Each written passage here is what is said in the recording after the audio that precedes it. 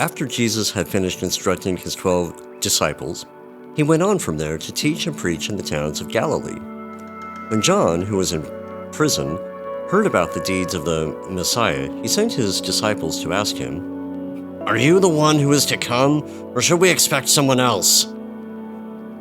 And Jesus replied, "Go back and report to John what you hear and see. The blind receive sight, the lame walk, those who have leprosy are cleansed, the deaf hear, the dead are raised, and the good news is proclaimed to the poor. Blessed is anyone who does not stumble on account of me." As John's disciples were leaving, Jesus began to speak to the crowd about John. "What did you go out into the wilderness to see? A reed swayed by the wind? If not, what did you go out to see? A man dressed in fine clothes? No, those who wear fine clothes are in king's palaces. Then what did you go out to see? A prophet? Yes, I tell you, and more than a prophet. This is the one about whom it is written, 'I will send my messenger ahead of you, who will prepare your way before you.' Truly, I tell you, among those born of women, there has not risen anyone greater than John the Baptist. Yet whoever is least in the kingdom of heaven is greater than he. From the days of John the Baptist until now, the kingdom of heaven has been subjected to violence, and violent people have been raiding it.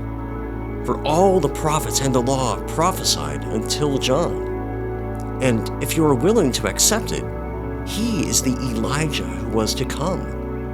Whoever has ears, let them hear.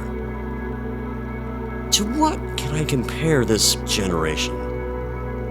They are like children sitting in the marketplace and calling out to others, 'We played the pipe for you, and you did not dance.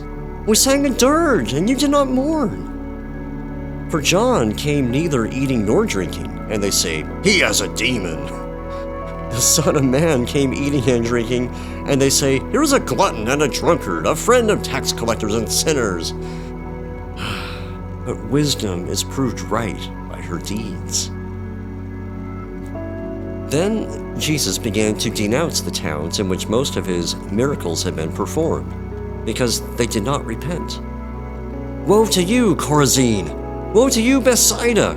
For if the miracles that were performed in you had been performed in Tyre and Sidon, they would have repented long ago in sackcloth and ashes. But I tell you, it will be more bearable for Tyre and Sidon on the day of judgment than for you. And you, Capernaum, will you be lifted to the heavens? No, you will go down to Hades. For if the miracles that were performed in you had been performed in Sodom, it would have remained to this day. But I tell you that it will be more bearable for Sodom on the day of judgment than for you." At that time, Jesus said, "I praise you, Father, Lord of heaven and earth, because you have hidden these things from the wise and learned and revealed them to little children. Yes, Father, for this is what you were pleased to do. All things have been committed to me by my Father. No one knows the Son except the Father, and no one knows the Father except the Son, and those to whom the Son chooses to reveal him. Come to me, all you who are weary and burdened. I will give you rest. Take my yoke upon you and learn from me, for I am gentle and humble in heart, and you will find rest for your souls. For my yoke is easy, and my burden is light."